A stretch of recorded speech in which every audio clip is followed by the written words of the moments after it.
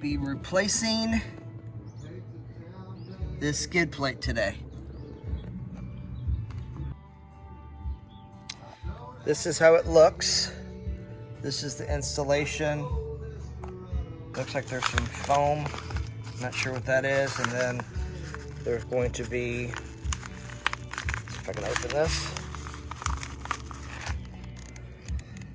Open up in a second, but here we go. This is the new skid plate. Feels pretty sturdy.